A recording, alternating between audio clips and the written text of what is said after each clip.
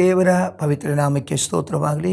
ಈ ಸಂದರ್ಭದಲ್ಲಿ ತಿರುಗಿ ನಾವು ದೇವರ ವಾಕ್ಯವನ್ನು ನಾವು ಧ್ಯಾನಿಸುವುದಕ್ಕಾಗಿ ನಾವೆಲ್ಲರೂ ಸಮಯವನ್ನು ನಾವು ಕಳೆಯೋಣ. ದೇವರ ವಾಕ್ಯವು ಬಹಳ ಶ್ರೇಷ್ಠವಾದದ್ದು, ಅಮೂಲ್ಯವಾದದ್ದು. ಆ ದೇವರ ವಾಕ್ಯ ನಮ್ಮ ಜೀವಿತದಲ್ಲಿ ನಾವು ಎಷ್ಟು ಕೇಳಿದರೂ ಕೂಡ ಆ ವಿಷಯದಲ್ಲಿ ನಮ್ಮ ಜೀವಿತ ತೃಪ್ತಿಯಾಗದೇ ಇರತಕ್ಕಂಥ ಒಂದು ಜೀವಿತವಾಗಿರ್ತದೆ. ಆದರೆ ಲೋಕದಲ್ಲಿ ಜೀವಿಸ್ತಕ್ಕಂಥ ಪ್ರತಿಯೊಬ್ಬ ದೇವರ ಮಕ್ಕಳು, ಕ್ರೈಸ್ತ ವಿಶ್ವಾಸಿಗಳು, ದೇವಜನರು, ದೇವರ ಸೇವಕರು, ಅವರು ದೇವರ ವಾಕ್ಯವನ್ನು ಕೇಳಿ ಅವರ ಆತ್ಮಿಕ ವಿಷಯದಲ್ಲಿ ಹೆಚ್ಚೆಚ್ಚಾದ ರೀತಿಯಲ್ಲಿ ಅವರ ಬಲವನ್ನು ಅವರು ಹೊಂದಿಕೊಳ್ಳಬೇಕು. ದೇವರ ವಾಕ್ಯದಲ್ಲಿ ನಾವು ನೋಡ್ತಾ ಇದ್ದೇವೆ, ದೇವರ ವಾಕ್ಯ ಎಂಬುದು ಅದು ಒಂದು ಆತ್ಮೀಕವಾದಂಥ ಒಂದು ಆಹಾರವಾಗಿದೆ.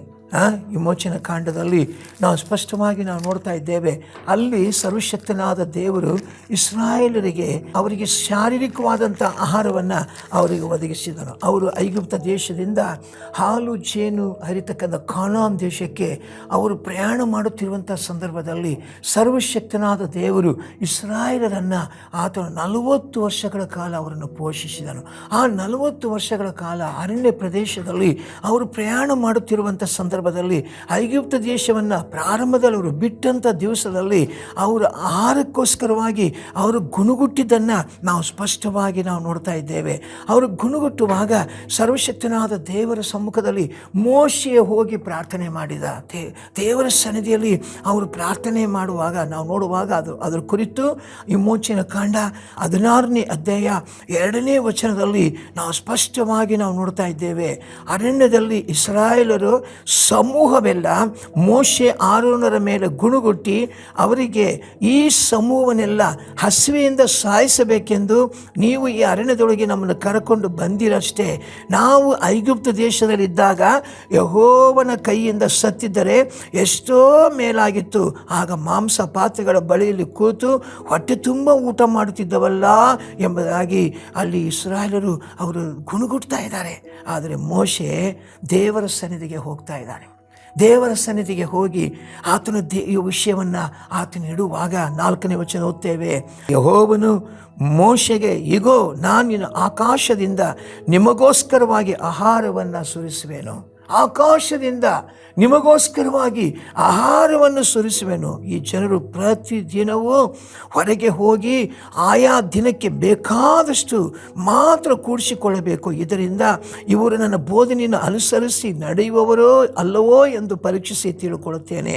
6ನೇ ದಿನದಲ್ಲಿ ಮಾತ್ರ ಅವರು ತಂದದ್ದನ್ನು ಸಿದ್ಧಪಡಿಸಿಕೊಳ್ಳುವಾಗ ಅದು ಪ್ರತಿದಿನ ಕೂಡಿಸಿಕೊಂಡದಕ್ಕಿಂತಲೂ 2ರಷ್ಟು ಆಗಿರುವುದೆಂಬುದಾಗಿ ಇಲ್ಲಿ ದೇವರು ವಾಕ್ಯ ನೋಡುತ್ತೆ. ಹೀಗೆ ಸರ್ವಶಕ್ತನಾದ ದೇವರು ಇಸ್ರಾಯೇಲರಿಗೆ ಆ ಮೋಶೆಯ ಮೂಲಕವಾಗಿ ಆಹಾರವನ್ನು ಒದಗಿಸುವನೆಂಬುದಾಗಿ ಮಾತು ಕೊಟ್ಟದ್ದನ್ನು ನಾವು ಸ್ಪಷ್ಟವಾಗಿ ನಾವು ನೋಡ್ತೇವೆ. ಅದೇ ಮೇರೆಗೆ ಸರ್ವಶಕ್ತನಾದ ದೇವರು ಅವರು ಆ ಕಾನಾನ್ ದೇಶವನ್ನು ಸೇರುವವರೆಗೆ ಆ 40 ವರ್ಷಗಳ ಕಾಲ ಮನ್ನವೆಂಬ ಆಹಾರವನ್ನು ಅವರಿಗೆ ಕೊಟ್ಟು ಪೋಷಿಸಿದ್ದನ್ನು ನಾವು ಸ್ಪಷ್ಟವಾಗಿ ನಾವು ನೋಡ್ತಾ ಇದ್ದೇವೆ. ಅದರ ರುಚಿ, ಅದರ ನಿಯಮಗಳು ಹೇಗಿತ್ತು ಎಂಬುದಾಗಿ ನಾವು ನೋಡುವಾಗ ಅದರ ರುಚಿ 31ನೇ ವಚನದಲ್ಲಿ ಓದ್ತೇವೆ. ಇಸ್ರಾಯೇಲರು ಆ ಆಹಾರಕ್ಕೆ ಮನ್ನ ಅಂತ ಹೆಸರಿಟ್ಟರು. ಅದು ಬಿಳಿ ಕೊತ್ತಂಬರಿ ಕಾಳಿನಂತಿದ್ದು ರುಚಿಯಲ್ಲಿ ಜೇನುತುಪ್ಪ ಕಲಿಸಿದ ದೋಸೆಗಳ ಹಾಗಿತ್ತೆಂಬುದಾಗಿ ನಾವು ನೋಡ್ತಾ ಇದ್ದೇವೆ. ಅವರೆಲ್ಲರೂ ಆ ಒಂದು ನಾವು ನೋಡ್ತಿದ್ದೇವೆ, ಅವಾರವೆಲ್ಲ ಅವರು ನಡೆದುಕೊಂಡು ಹೋಗುವಂಥ ಎಲ್ಲ ಸ್ಥಳಗಳಲ್ಲಿ ಬೆಳಗಿನ ಹೊತ್ತಿನಲ್ಲಿ ಅವರು ಪಾಳ್ಯಕ್ಕೆ ಹೋಗಿ ಅದನ್ನೇನು ಮಾಡಬೇಕಾಗಿತ್ತು, ಕೂಡಿಸ್ಕೊಳ್ಬೇಕಾಗಿತ್ತು. ಒಂದು ಕೊಮೇರ್ ಅಂತಂದರೆ 3 ಸೇರು, ಒಂದು ಕುಟುಂಬಕ್ಕೆ ಅನುಸಾರವಾಗಿ 3 ಸೇರಿನಷ್ಟು ಆಹಾರವನ್ನು ಅವರು ಕೂಡಿಸ್ಕೊಳ್ಬೇಕಾಗಿತ್ತು. ಅದೇ ಪ್ರಕಾರ ಅವರು ಕೂಡಿಸ್ಕೊಂಡು ಮನೆಗೆ ತರ್ತಾ ಇದ್ರು. ಕೆಲವರು ತಡವಾಗಿ ಹೋಗ್ತಾ ಇದ್ರು, ಅವ್ರಿಗೆ ಸಿಗ್ತಾ ಇರಲಿಲ್ಲ. ಕೆಲವು ಬೇಗನೆ ಹೋಗ್ತಾ ಇದ್ರು. ಅವರು ಹೆಚ್ಚಿನ ಅಂಶವನ್ನು, ಆ 3 ಸೇರಿಗಿಂತ ಹೆಚ್ಚಿನ ಅಂಶವನ್ನು ಆ ಒಂದು ಮನ್ನವನ್ನು ಕೂಡಿಸಿಟ್ಕೊಳ್ತಾ ಇದ್ರು. ಆದರೆ ಬರುವಾಗ ಕಡಿಮೆಯಾದವರಿಗೆ ಅವ್ರು ಯಾವುದಕ್ಕೂ ಕಡಿಮೆ ಆಗಲಿಲ್ಲ, ಹೆಚ್ಚು ತೆಗೆದುಕೊಂಡು ಬಂದವರಿಗೆ ಹೆಚ್ಚೂ ಆಗಲಿಲ್ಲ. ಅವ್ರ ಮನೆಗೆ ಬರುವಾಗ ನಾವು ನೋಡ್ತಾ ಇದ್ದೇವೆ, ಅವ್ರಿಗೆ ಎಲ್ಲ ವಿಷಯದಲ್ಲಿ ಕೂಡ ಆ ಮನ್ನವೆಂಬ ಆಹಾರದಿಂದ ಸರಿಯಾಗಿ ಸಮಾನವಾಗಿ ಸರ್ವಶಕ್ತನಾದ ದೇವರು ಅವ್ರನ್ನ ಪೋಷಣೆ ಮಾಡ್ತಾ ಇದ್ದಾನೆ. ಅಷ್ಟೇ ಅಲ್ಲ, ಅವರು 6 ದಿನಗಳು, 6ನೇ ದಿವಸ ನಾವು ನೋಡುವಾಗ 7ನೇ ದಿವಸ ಸಬ್ಬತ್ತಿನ, ಆ ಸಬ್ಬತ್ತಿನ ಆಚರಣೆ ಮಾಡುತ್ತಾ ಇದ್ದ ನಿಮಿತ್ತವಾಗಿ ಆ ಮನ್ನವನ್ನು 6ನೇ ದಿನದಲ್ಲಿಯೇ 2ರಷ್ಟು ದೇವರು ಅವರಿಗೆ ಕೊಡ್ತಾ ಇದ್ದನು. ಹೀಗೆ ದೇವರ ಸನ್ನಿಧಾನದಲ್ಲಿ ಆ ಮನ್ನವೆಂಬ ಆಹಾರವನ್ನು ಅವರು ಪೋಷಣೆ ಮಾಡ್ತಾ ಇದ್ರು, ದೇವರು ಅವ್ರನ್ನ ನಡೆಸ್ತಾ ಇದ್ರು. ಅವರು ಆ 40 ದಿವಸ 40 ವರ್ಷಗಳ ಕಾಲ ಅವರು ಆ ಅರಣ್ಯ ಪ್ರದೇಶದಲ್ಲಿ ಪ್ರಯಾಣ ಮಾಡಿ ಅವರು 40 ವರ್ಷಗಳ ಕಾಲ ದೇವರು ಅವನಿಗೆ ಪೋಷಣೆ ಮಾಡಿದ್ದನ್ನು ನಾವು ಸ್ಪಷ್ಟವಾಗಿ ನಾವು ನೋಡ್ತಾ ಇದ್ದೇವೆ. ಹೀಗೆ ಸರ್ವಶಕ್ತನಾದ ದೇವರು ಹೊಸ ಒಡಂಬಡಿಕೆಗೂ ಮತ್ತು ಹಳೆ ಒಡಂಬಡಿಕೆಗೂ ಮನ್ನದ ವಿಷಯದಲ್ಲಿ ಸ್ವಲ್ಪ ವ್ಯತ್ಯಾಸವನ್ನು ನಾವು ನೋಡ್ತಾ ಇದ್ದೇವೆ. ನಾವು ವ್ಯತ್ಯಾಸ ಅದೇನಂತಂದರೆ, ಹಳೆ ಒಡಂಬಡಿಕೆಯಲ್ಲಿ ಅದು ಶಾರೀರಿಕವಾಗಿ ಆಹಾರವನ್ನಾಗಿ ಮನ್ನವನ್ನು ದೇವರು ಕೊಡ್ತಾ ಇದ್ದನು. ಆದರೆ ಆತ್ಮೀಕ ಆಹಾರ ನಾವು ನೋಡ್ತಾ ಇದ್ದೇವೆ ಹೊಸ ಒಡಂಬಡಿಕೆಯಲ್ಲಿ. ಸರ್ವಶಕ್ತನಾದ ನಮ್ಮ ದೇವರಾಗಿರುವಂಥ ನಮ್ಮ ಕರ್ತನಾದ ಯೇಸು ಸ್ವಾಮಿ ಆತನು ಶಾರೀರಿಕವಾದಂಥ ಆಹಾರವನ್ನು ಮಾತ್ರವಲ್ಲ, ಹೊಸ ಒಡಂಬಡಿಕೆ ನಮ್ಮ ಕರ್ತನಾದ ಯೇಸು ಕ್ರಿಸ್ತನ ಮೂಲಕ ಆತನು ಆತ್ಮೀಕ ಆಹಾರವನ್ನು ನಮಗೆ ದೇವರು ಕೊಡ್ತಾ ಇದ್ದಾನೆ. ಆ ಆತ್ಮೀಕ ಆಹಾರ ಯಾವುದಂತಂದರೆ ದೇವರ ವಾಕ್ಯ. ದೇವರಿಗೆ ಸ್ತೋತ್ರ. ಅದನ್ನು ಕುರಿತು ನಾವು ಯೋಹಾನದ ಸುವಾರ್ತೆಯಲ್ಲಿ ನಾವು ಓದ್ತೇವೆ. ಅಲ್ಲಿ ಅದೇ ಸರ್ವಶಕ್ತನಾದ ನಮ್ಮ ಯೇಸು ಸ್ವಾಮಿ ಆತನು ಇಸ್ರಾಯೇಲರು ಮನ್ನ ತಿಂದರು, ಅವರು ಸತ್ತು ಹೋದರು, ಆದರೆ ನಾನು ಕೊಡುವಂಥ ಆಹಾರ ಅದು ನಿತ್ಯ ಜೀವವನ್ನು ಕೊಡುವಂಥದ್ದಾಗಿದೆ ಎಂಬುದಾಗಿ ಇಲ್ಲಿ ನಾವು ಯೋಹಾನದ ಸುವಾರ್ತೆಯಲ್ಲಿ ಅದನ್ನು ಕುರಿತು ನಾವು ಸ್ಪಷ್ಟವಾಗಿ ನಾವು ನೋಡ್ತಾ ಇದ್ದೀವಿ. ನಮ್ಮ ಕರ್ತನಾದ ಯೇಸು ಸ್ವಾಮಿ ನಮಗೆ ಕೊಡುವಂಥ ಆಹಾರವು ಅದೊಂದು ಮನ್ನ ಆತ್ಮೀಕ ಆಹಾರವಾಗಿದೆ. ಪ್ರಾರ್ಥನೆ ಎಂಬುದು ನಮ್ಮ ಜೀವಿತದಲ್ಲಿ ಅದೊಂದು ಉಸಿರಾಗಿರ್ತದೆ ಮತ್ತು ದೇವರ ವಾಕ್ಯವೆಂಬುದು ಅದು ನಮಗೆ ಆತ್ಮೀಕಕ್ಕೆ ಒಂದು ಆಹಾರವಾಗಿರ್ತದೆ. ನಮ್ಮ ಆತ್ಮಿಕವಾಗಿ ಬೆಳೀಲಿಕ್ಕೆ, ದೇವರಲ್ಲಿ ಬೆಳೀಲಿಕ್ಕೆ ಮತ್ತು ನಮ್ಮ ಜೀವಿತದಲ್ಲಿ ಪ್ರಾರ್ಥನೆ ಎಂಬುದು ಉಸಿರಾಗಿದೆ. ಆತ್ಮೀಕ ಮತ್ತು ಪವಿತ್ರಾತ್ಮನೆಂಬ ನೀರನ್ನು ದಾಹವನ್ನು ತೀರಿಸುವುದಕ್ಕಾಗಿ ನಮ್ಮ ದೇವರು ನಮಗೆ ಕೊಡೋನಾಗಿದೆ. ಹೀಗೆ ತ್ರಯೇಕತ್ವದಲ್ಲಿ ನಾವು ನೋಡುವಾಗ ಆತ್ಮೀಕ ಆಹಾರ ಮತ್ತು ನೀರು ಪವಿತ್ರಾತ್ಮನು ಮತ್ತು ಅಷ್ಟೇ ಅಲ್ಲ, ದೇವರ ವಾಕ್ಯವು ನಮ್ಮ ಜೀವಿತ ಪ್ರಾರ್ಥನೆ ಎಂಬುದು ಒಂದು ಉಸಿರು ರೂಪಾದಿಯಲ್ಲಿ ತ್ರಯೇಕತ್ವದಲ್ಲಿ ಒಬ್ಬ ವಿಶ್ವಾಸಿಗಳನ್ನು ಆತನು ದೇವರು ನಡೆಸ್ತಾ ಇದ್ದಾನೆ. ದೇವರ ಸೇವಕರುಗಳಾದಂಥ ನಮ್ಮನ್ನು ಕೂಡ ಆತನು ನಡೆಸ್ತಾ ಇದ್ದಾನೆ. ಆದರೆ ಅನೇಕ ವಿಶ್ವಾಸಿಗಳು, ಅನೇಕ ಸೇವಕರುಗಳಾದಂಥ ನಾವು ಆತ್ಮಿಕ ಆಹಾರವನ್ನು, ಆ ದೇವರ ವಾಕ್ಯವನ್ನು ಸರಿಯಾಗಿ ನಾವು ಭುಜಿಸ್ತಾ ಇಲ್ಲ, ಅಥವಾ ಅದನ್ನು ಓದ್ತಾ ಇಲ್ಲ, ಅವುಗಳನ್ನು ಕೈಕೊಂಡು ನಡೀತಾ ಇಲ್ಲ, ಅದನ್ನು ನಾವು ಅನುಸರಿಸ್ತಾ ಇಲ್ಲ. ಅದಕ್ಕೋಸ್ಕರವಾಗಿ ನಾವು ಆತ್ಮಿಕವಾಗಿ ನಾವು ಬಿದ್ದು ಹೋಗ್ತಾ ಇದ್ದೇವೆ, ಸೋತು ಹೋಗ್ತಾ ಇದ್ದೇವೆ, ಕುಂದಿ ಹೋಗ್ತಾ ಇದ್ದೇವೆ. ಅನೇಕ ವಿಷಯಗಳಲ್ಲಿ ಶೋಧನೆ ಬರುವಾಗ ನಮ್ಮ ಜೀವಿತದಲ್ಲಿ ಬಿದ್ದು ಹೋಗ್ತೇವೆ. ಯಾವಾಗ? ದೇವರ ವಾಕ್ಯವನ್ನು ನಾವು ಕೈಕೊಂಡು ನಡೆಯದೇ ಇರುವಾಗ, ಅಥವಾ ನಾವು ಓದ್ತೇವೆ, ಕೇಳ್ತೇವೆ, ಅದನ್ನು ಕೈಕೊಂಡು ನಾವು ನಡೆಯುವುದಿಲ್ಲ. ನಾವು ನೋಡುವಾಗ ಪ್ರಕಟಣೆ ಪುಸ್ತಕದಲ್ಲಿ 1ನೇ ಅಧ್ಯಾಯ 3ನೇ ವಚನದಲ್ಲಿ ನಾವು ಸ್ಪಷ್ಟವಾಗಿ ನಾವು ಓದ್ತಾ ಇದ್ದೇವೆ, ದೇವರ ವಾಕ್ಯ ಓದುವವನು, ಕೇಳುವವನು, ಅದನ್ನು ಕೈಕೊಂಡು ನಡೆಯುವಂಥವರು ಧನ್ಯರು ಎಂಬುದಾಗಿ ಬರೆಯಲ್ಪಟ್ಟಿದೆ. ಯಾಕಂತಂದರೆ ಅವು ನೆರವೇರುವ ಸಮಯವು ಹತ್ತಿರವಾಗಿದೆ. ದೇವರ ವಾಕ್ಯವು ನೆರವೇರುವಂಥ ಸಮಯ ಹತ್ತಿರವಾಗಿದೆ. ನೋಡಿ, ದೇವರ ವಾಕ್ಯವೆಂಬ ಮನ್ನ ಅದು ಎಷ್ಟು ಶ್ರೇಷ್ಠವಾದದ್ದು, ಅದು ಎಷ್ಟು ಅಮೂಲ್ಯವಾದದ್ದು. ದೇವರ ವಾಕ್ಯವು ಬಹಳ ನಮ್ಮ ಆತ್ಮಿಕ ವಿಷಯಕ್ಕೆ ಬಹಳ ಅಗತ್ಯವಾಗಿದೆ. ಅನೇಕ ಸಾರಿ ನಾವು ದುಃಖದಲ್ಲಿರುವಾಗ, ಚಿಂತೆಯಲ್ಲಿರುವಾಗ, ವೇದನೆಯಲ್ಲಿರುವಾಗ ಆ ವಾಕ್ಯಗಳು ನಮ್ಮ ಮನಸ್ಸಿನಲ್ಲಿ ಇರುವುದಾದರೆ, ಅವುಗಳನ್ನು ನಾವು ಕೈಕೊಂಡು ನಡೆಯುವುದಾದರೆ, ಆ ವಾಕ್ಯ ನಮಗೆ ಆದರಣೆಯನ್ನು ಕೊಡುತ್ತದೆ, ನಮಗೆ ಧೈರ್ಯವನ್ನು ತುಂಬಿಸ್ತದೆ. ನಮ್ಮ ದಿನನಿತ್ಯ ಬರ್ತಕ್ಕಂಥ ಎಲ್ಲ ಥರದ ಶೋಧನೆಗಳನ್ನು, ಚಿಕ್ಕದಾಗಿರ್ಬೋದು ದೊಡ್ಡದಾಗಿರ್ಬೋದು, ಆ ವಾಕ್ಯವನ್ನು ಕೇಳಿದ ತಕ್ಷಣ ನಮಗೆ ಆದರಣೆ ಉಂಟಾಗ್ತದೆ, ನಮಗೆ ಧೈರ್ಯ ಉಂಟಾಗ್ತದೆ, ನಮಗೆ ಬಲ ಉಂಟಾಗ್ತದೆ. ನಾವು ದೇವರ ವಾಕ್ಯದಲ್ಲಿ ನಾವು ದೃಢವಾಗಿ ನಿಂತುಕೊಳ್ಳಲಿಕ್ಕೆ ಸಾಧ್ಯವಾಗ್ತದೆ. ಅಷ್ಟೇ ಅಲ್ಲ, ನಾವು ನೋಡುವಾಗ ತಿಮೋತಿ ಬರೆದ ಪತ್ರಿಕೆಯಲ್ಲಿ ಅಪೊಸ್ತಲನಾದ ಪೌಲನು ಆತನು ಸ್ಪಷ್ಟವಾಗಿ ಬರೀತಾ ಇದ್ದಾನೆ.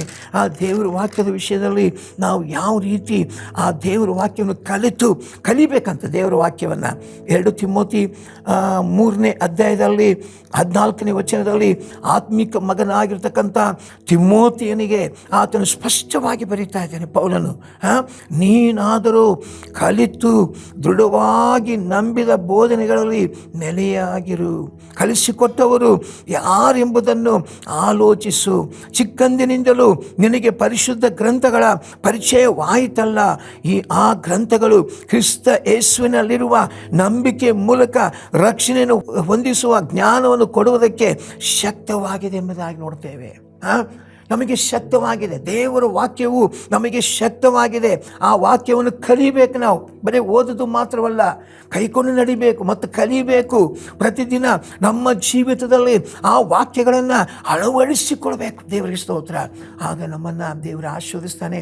ಯಾವಾಗ ದೇವರ ವಾಕ್ಯವನ್ನು ಕಲಿತೇವೋ, ದೇವರ ವಾಕ್ಯವನ್ನು ಕೈಕೊಂಡು ನಡಿತೇವೋ, ಇನ್ನೊಬ್ಬರಿಗೆ ನಾವು ಸುವಾರ್ತೆಯನ್ನು ಸಾರುವಾಗ ಆ ದೇವರ ವಾಕ್ಯವನ್ನು ಸಾರ್ತೇವೋ, ಅಲ್ಲಿ ದೇವರು ತನ್ನ ಕೆಲಸವನ್ನು ಮಾಡ್ತಾನೆ. ಅಷ್ಟೇ ಅಲ್ಲ, ದೈವ ಪ್ರೇರಿತವಾದ ಪ್ರತಿಯೊಂದು ಶಾಸ್ತ್ರವು ಉಪದೇಶಕ್ಕೂ, ಖಂಡನೆಗೂ, ತಿದ್ದುಪಾಟಿಗೂ, ನೀತಿ ಶಿಕ್ಷೆಗೂ ಉಪಯುಕ್ತವಾಗಿದೆ.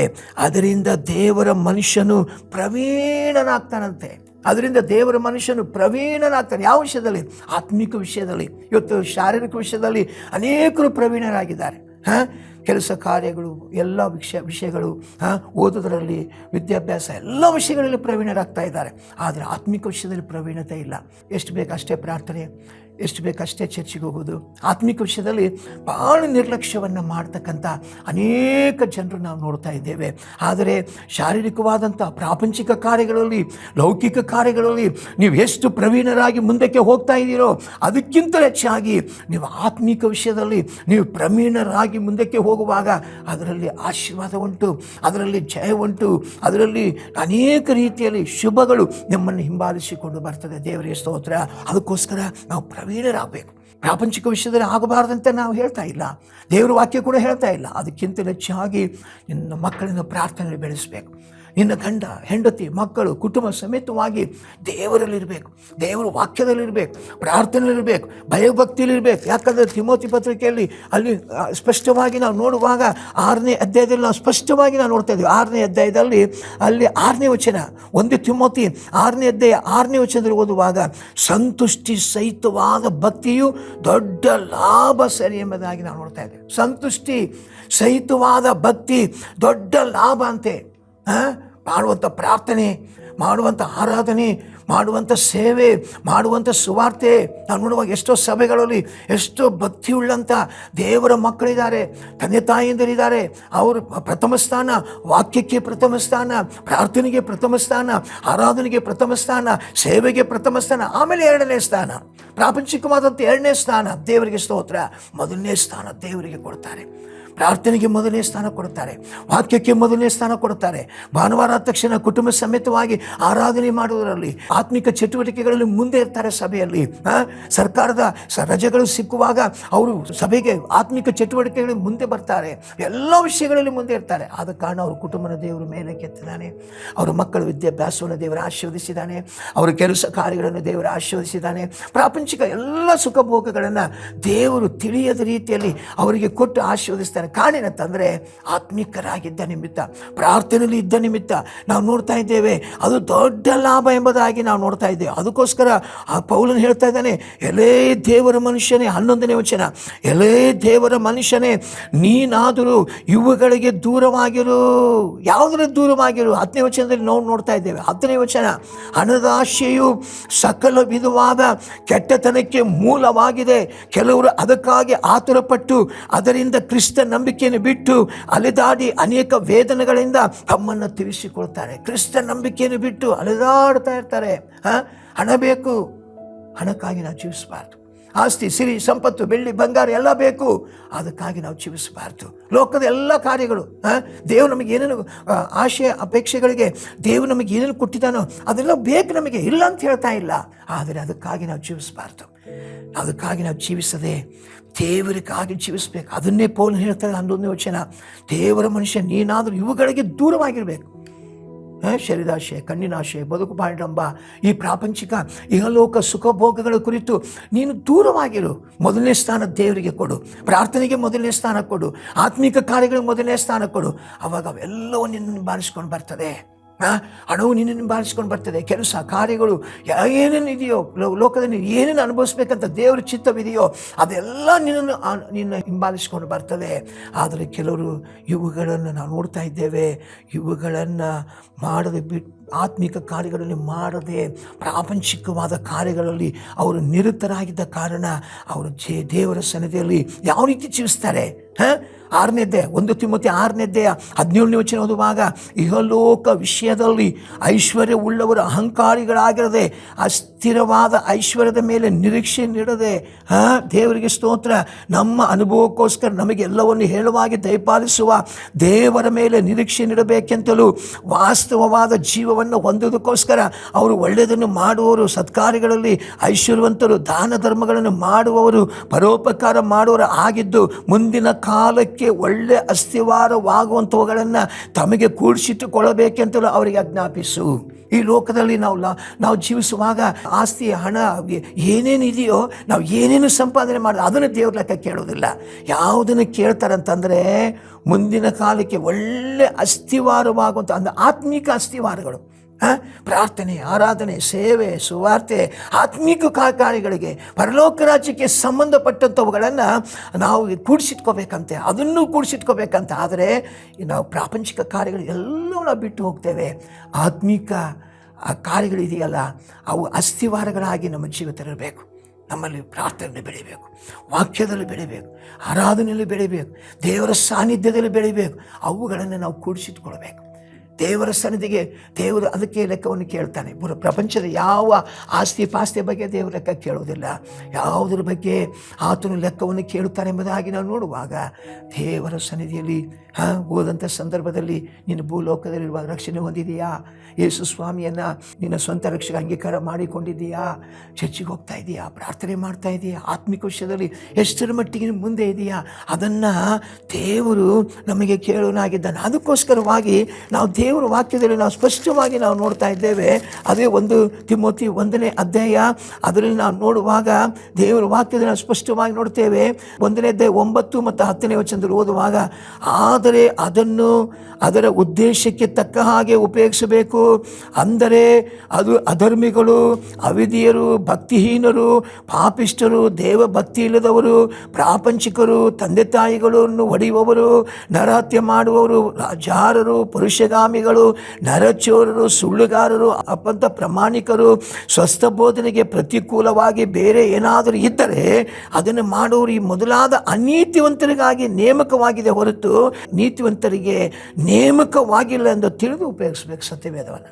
ಅನೀತಿವಂತರಿಗೆ ಇದು ನೇಮಕ ಸತ್ಯವೇದ. ಆದರೆ ನೀತಿವಂತರು ಏನು ಮಾಡಬೇಕು? ದೇವರ ವಾಕ್ಯವನ್ನು ಅವರು ಅನುಸರಿಸಿ ನಡೆಯುತ್ತಾ ಅನೀತಿವಂತರಿಗೆ ನಾವು ಹೇಳುವಾಗ ಅನೀತಿವಂತರು ಸರಿಯಾಗ್ತಾರೆ. ನೀತಿವಂತರು ದೇವರ ವಾಕ್ಯವನ್ನು ಹೇಳುವಾಗ ಆ ನೀತಿವಂತರು ದೇವರ ವಾಕ್ಯವನ್ನು ತಿಳ್ಕೊಂಡು ಅನೇಕರಿಗೆ ತಿಳಿಸ್ಬೇಕು. ಆದರೆ ರಕ್ಷಣೆ ಹೊಂದಿದಂಥ ದೇವರ ಮಕ್ಕಳು, ನೀತಿವಂತರಾದಂಥ ನಾವು ದೇವರ ವಾಕ್ಯವನ್ನು ಕೇಳಿ ಎಚ್ಚೆತ್ತುಕೊಳ್ಳುವಂಥ ಸಮಯ ಅಲ್ಲ. ನಾವು ಪರಿಪೂರ್ಣರಾಗಿರ್ಬೇಕು. ದೇವರ ಮಕ್ಕಳಾದಂಥ ನಾವು ಪರಿಪೂರ್ಣರಾಗಿ ದೇವರ ವಾಕ್ಯವನ್ನು ಅನೀತಿವಂತರಿಗೆ ನಾವು ತಿಳಿಸ್ಬೇಕು. ಯಾರಿಗೆ ಇಲ್ಲಿ ಲಿಸ್ಟ್ ಹಾಕಿದ್ದಾರೆ ನೋಡಿ, ಯಾರಿಗೆ?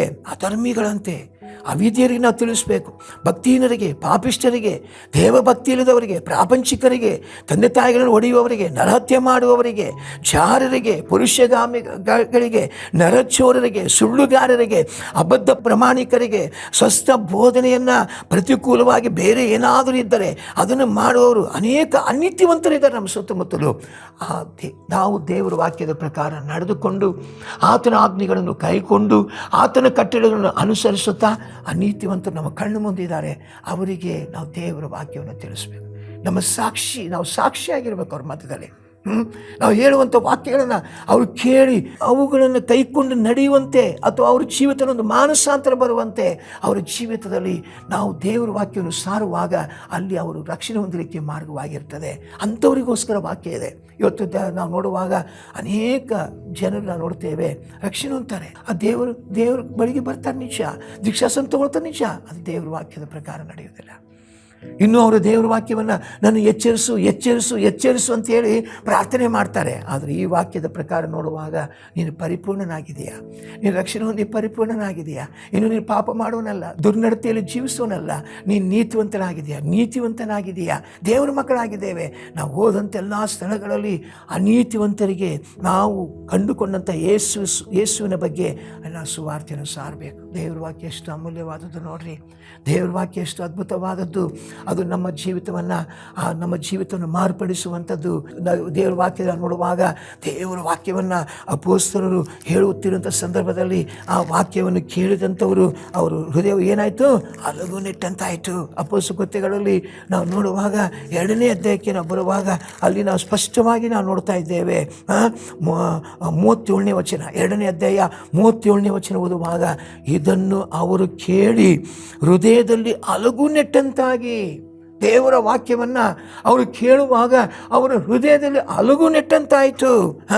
ಆ ಅಲಗುನೆಟ್ಟಂತಾಗಿ ಅಂದರೆ ಎಚ್ಚರಿಕೆ ಆಯಿತು ಅವರಿಗೆ, ಅವರ ಪಾಪಗಳ ಕುರಿತು ಅರಿವುಂಟಾಯಿತು. ಅರಿವುಂಟಾದಾಗ ಅವರು ಪೇತ್ರನ ಬಳಿಗೆ ಬಂದು ಹೇಳ್ತಾರೆ, ನಾವು ಏನು ಮಾಡಬೇಕಂತ ಕೇಳ್ತಾ ಇದ್ದಾರೆ. ನಾವು ಏನು ಮಾಡಬೇಕು ಅಂತ ಕೇಳುವಾಗ, ನಿಮ್ಮ ಪಾಪಗಳು ಪರಿಹಾರವಾಗುವುದಕ್ಕಾಗಿ ನಿಮ್ಮಲ್ಲಿ ಪ್ರತಿಯೊಬ್ಬರು ದೇವರ ಕಡೆಗೆ ತಿರುಗಿಕೊಂಡು ಯೇಸು ಕ್ರಿಸ್ತನ ಹೆಸರಿನ ಮೇಲೆ ದೀಕ್ಷಾಸ್ನಾನ ಮಾಡಿಸಿಕೊಡ್ರಿ. ನಿಮ್ಮ ಪಾಪಗಳು ಪರಿಹಾರ ಆಗಬೇಕಾದ್ರೆ ದೇವರ ಕಡೆಗೆ ತಿರುಗಿಕೊಡ್ರಿ, ಯೇಸು ಕ್ರಿಸ್ತನ ಕಡೆಗೆ ತಿರುಗಿಕೊಡ್ರಿ. ಯೇಸು ಸ್ವಾಮಿ ನಿಮ್ಮ ಪಾಪಗಳನ್ನು ಕ್ಷಮಿಸುವಂಥ ದೇವರಾಗಿದ್ದಾನೆ, ನಿಮ್ಮನ್ನು ಶುದ್ಧೀಕರಿಸುವಂಥ ದೇವರಾಗಿದ್ದಾನೆ. ಆತನ ರಕ್ತವು ಸಕಲ ಪಾಪಗಳನ್ನು ನಿವಾರಣೆ ಮಾಡಿ ಶುದ್ಧ ಮಾಡುವಂಥದ್ದಾಗಿದೆ. ದೇವರ ಕಡೆಗೆ ತಿರುಗಿಕೊಡ್ರಿ ಎಂಬುದಾಗಿ. ಆಗ ಪವಿತ್ರಾತ್ಮನ ದಾನವನ್ನು ಹೊಂದಿಕೊಳ್ತೀರಿ. ಪವಿತ್ರಾತ್ಮನ ಅಭಿಷೇಕ ಬೇಕು ನಮಗೆ. ರಕ್ಷಣೆ ಹೊಂದಿದ ಮೇಲೆ, ದೀಕ್ಷಾಸನ ತಗೊಂಡ ಮೇಲೆ ಪ್ರತಿಯೊಬ್ಬ ವಿಶ್ವಾಸಿಗಳಿಗೆ, ಪ್ರತಿಯೊಬ್ಬ ದೇವರ ಸೇವಕರುಗಳಿಗೆ ಪರಿಶುದ್ಧಾತ್ಮನ ಶಕ್ತಿ ಬೇಕು. ಪರಿಶುದ್ಧಾತ್ಮನ ಶಕ್ತಿ ನಮ್ಮ ಜೀವಿತದಲ್ಲಿದೆ ಹೋದರೆ ನಾವು ಅನೇಕ ಶೋಧನೆಗಳಿಗೆ ಬಿದ್ದು ಹೋಗ್ತೇವೆ, ಪ್ರಾಪಂಚಿಕ ಕಾರ್ಯಗಳಿಗೆ ಬಿದ್ದು ಹೋಗ್ತೇವೆ, ಶಾರೀರಿಕ ಅಭಿಲಾಷೆಗಳಿಗೆ ಬಿದ್ದು ಹೋಗ್ತೇವೆ.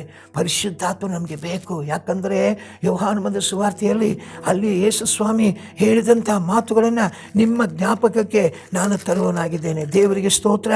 ಅಲ್ಲಿ ನಾವು ನೋಡುವಾಗ ಆ ಸಹಾಯಕನಂತ ಬರೆದಿದೆ. 14ನೇ ಅಧ್ಯಾಯದಲ್ಲಿ ನಾವು ನೋಡುವಾಗ 14ನೇ ಅಧ್ಯಾಯ 13ನೇ ವಚನದಲ್ಲಿ ಓದ್ತೇವೆ, ಇದಲ್ಲದೆ ನೀವು ನನ್ನ ಹೆಸರಿನಲ್ಲಿ ಏನೇನು ಬೇಡಿಕೊಳ್ಳುವಿರೋ ಅದನ್ನು ನೆರವೇರಿಸುವರು. ಹೀಗೆ ಮಗನ ಮೂಲಕ ತಂದೆಗೆ ಮಹಿಮೆ ಉಂಟಾಗೋದು. ನೀವು ನನ್ನ ಹೆಸರು ಏನೇನು ಬೇಡ್ಕೊ, ಯಾವ ವಿಷಯಕ್ಕಾಗಿ ಬೇಡ್ಕೊಳ್ಬೇಕು? ಪವಿತ್ರಾತ್ಮನ ಅಭಿಷೇಕಕ್ಕೋಸ್ಕರವಾಗಿ ನಾವು ಬೇಡಿಕೊಳ್ಬೇಕು. ಪವಿತ್ರಾತ್ಮನ ಅಭಿಷೇಕಕ್ಕಾಗಿ ನಾವು ಬೇಡಿಕೊಂಡಾಗ ನಮ್ಮ ಕರ್ತನಾದ ಯೇಸು ಸ್ವಾಮಿ ಆತನ ಮೂಲಕವಾಗಿ ಪವಿತ್ರಾತ್ಮನ ಅಭಿಷೇಕವನ್ನು ನಮಗೆ ಆತನು ಕಳಿಸಿಕೊಡೋನಾಗಿದ್ದಾನೆ. ಅದಕ್ಕೋಸ್ಕರ 16ನೇ ಅಧ್ಯಾಯದಲ್ಲಿ ನಾವು ನೋಡುವಾಗ 8ನೇ ವಚನದಲ್ಲಿ ಓದ್ತೇವೆ, ನಾನು ಹೋದರೆ ಆತನನ್ನು ನಿಮ್ಮ ಬಳಿಗೆ ಕಳಿಸಿಕೊಡ್ತೇನೆ. ಯೇಸು ಸ್ವಾಮಿ ಪರಿಶುದ್ಧಾತ್ಮನನ್ನು ಕಳಿಸಿಕೊಡುವಂಥ ರಕ್ಷಕನಾಗಿದ್ದಾನೆ. ಆತನು ಬಂದು ಪಾಪದ ವಿಷಯದಲ್ಲಿ ಅರಿವು ಹುಟ್ಟಿಸ್ತಾನೆ. ಪಾಪದ ವಿಷಯದಲ್ಲಿ ಈ ಲೋಕದಲ್ಲಿ ಪಾಪ ತುಂಬಿಕೊಂಡಿದೆ, ಎಲ್ಲಿ ನೋಡಿದ್ರು ಪಾಪ ತುಂಬಿಕೊಂಡಿದೆ, ಎಲ್ಲಿ ನೋಡಿದ್ರು ದುರ್ನಡತೆ ತುಂಬಿಕೊಂಡಿದೆ, ಎಲ್ಲಿ ನೋಡಿದ್ರು ಅನೇಕ ರೀತಿಯಾದಂಥ ಆತ್ಮಿಕ ವಿಷಯದಲ್ಲಿ ಮುಂದಕ್ಕೆ ಹೋಗಲಾರದಂಥ ಪರಿಸ್ಥಿತಿ ತುಂಬಿಕೊಂಡಿದೆ. ಆದರೆ ಪವಿತ್ರಾತ್ಮನು ನಮ್ಮ ಜೊತೆಯಲ್ಲಿರುವಾಗ ಆ ಪವಿತ್ರಾತ್ಮನು ನಮ್ಮನ್ನು ಪಾಪದ ಅರಿವು ಮತ್ತು ನೀತಿವಂತರಾಗಿ ನಡೆಸುತ್ತಾನೆ. ನೀತಿವಂತರನಾಗಿ ನಮ್ಮನ್ನು ಏನು ಮಾಡ್ತಾನೆ?